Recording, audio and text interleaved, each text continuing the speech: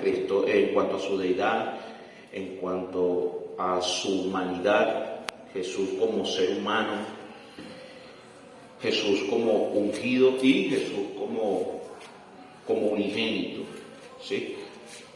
Hoy procederemos a dar a conocer a Jesucristo nuevamente como maestro, como ejemplo de vida en santidad, como mediador, como amigo y, por supuesto, finalmente como nuestro único y suficiente Salvador.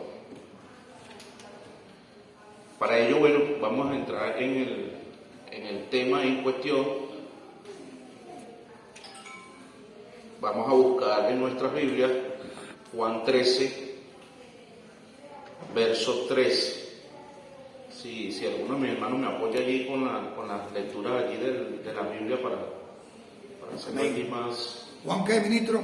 Juan capítulo 13, verso 3 al 15, mi hermano. 13 al 15. Al 15, amén. Maestro, él no se llamó, a él lo reconocieron básicamente el pueblo judío a través de Marta. Marta llama a María en secreto, discretamente, y dice: el maestro está aquí, ¿sí? El maestro está aquí. Hoy le decimos: el maestro está aquí, Jesús está aquí. Eso lo podemos ver en Juan 11:28. Si alguien lo busca allí, lo leemos textualmente. De aquel momento reconoce al Señor como maestro.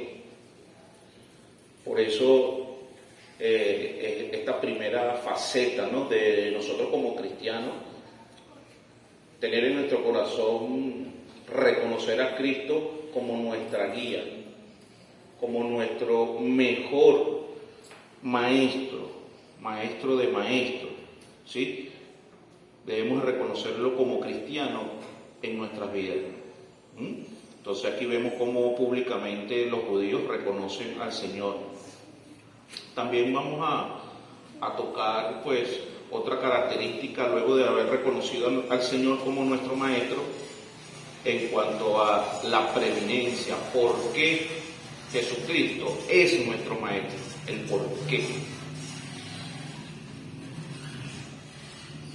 Porque fuera fácil decir que cualquiera puede ser ese maestro, el maestro bueno, ¿verdad?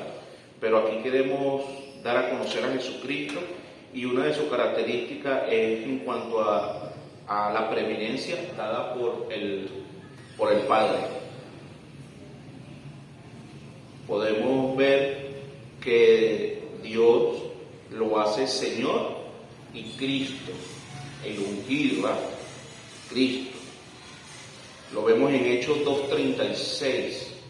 Hechos 36, si algún hermano ahí lo tiene. Hechos 36, y después buscamos Lucas 6:5. Fíjense que en esta parte vemos cómo ese pueblo, pues, que acusó, crucificó al Señor, pues el Señor mismo le da potestad de ser el Cristo, el ungido. Vemos cómo Dios le da la exaltación a Jesús. Leamos también el Lucas 6:5.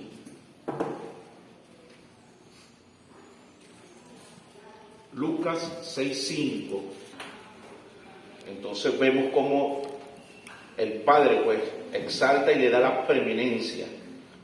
Para Él son creadas todas las cosas, ¿verdad?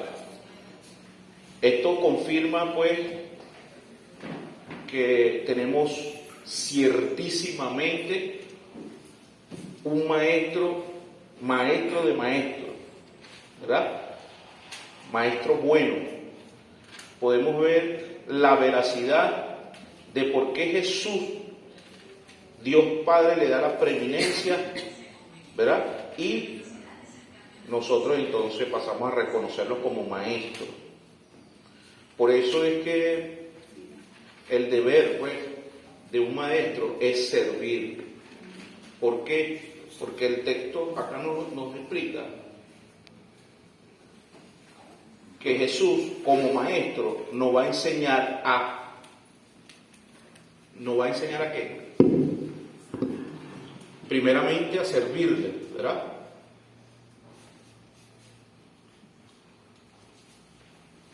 A servirle.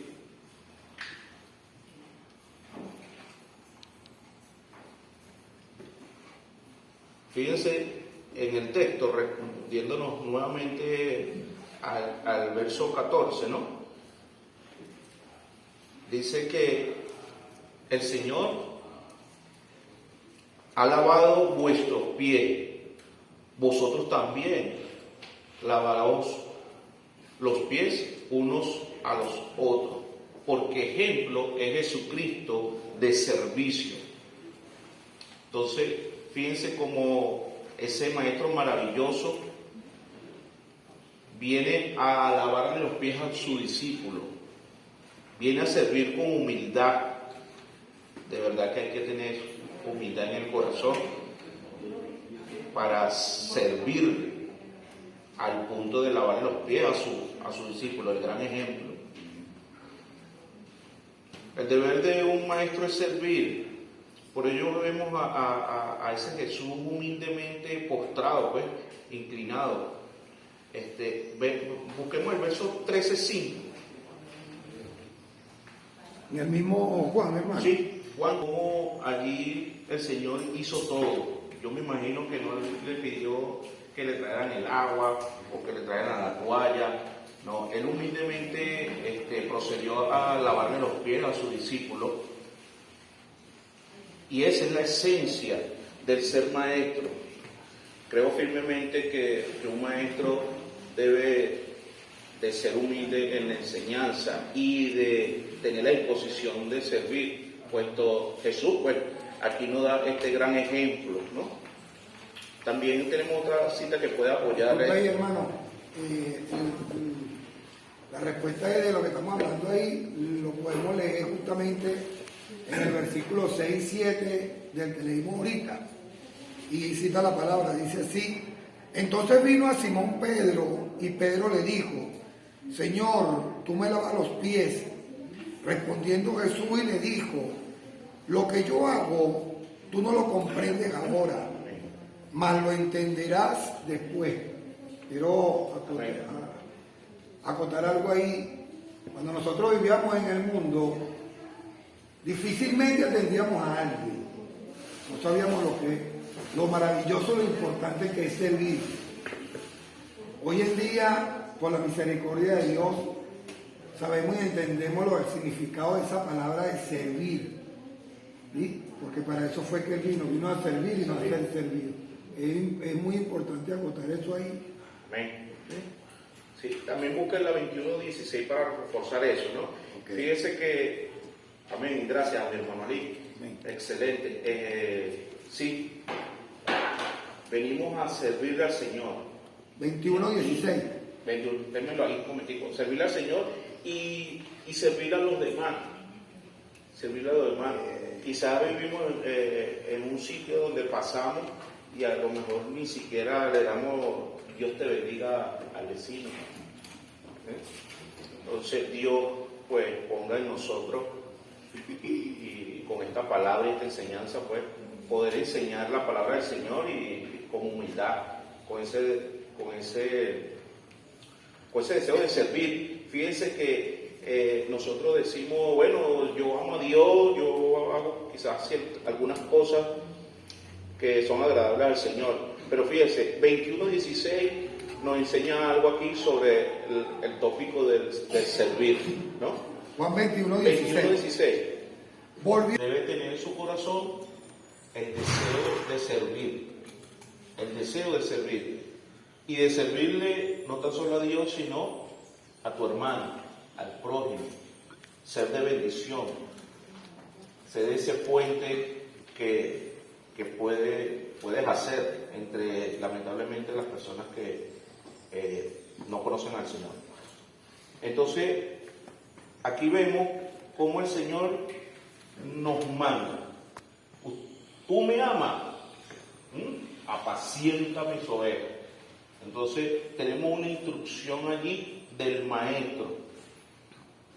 Aquí todos los que estamos aquí amamos al Señor. Gloria a Dios. ¿Sí? Por eso entiendo y doy por sentado que tenemos en nuestro corazón la intención de servir, de ser de bendición al prójimo. ¿Ok? Y con un tópico especial, y es que aún en el conocimiento de la palabra, no permita Dios jamás que nos enseñoreemos de lo más pequeño, ¿no? Fíjense lo que dice en Primera de Pedro, mi hermano, si me apoyas allí, 3.5. 3.5. 3 Pedro 5. Primera de Pedro 3.5.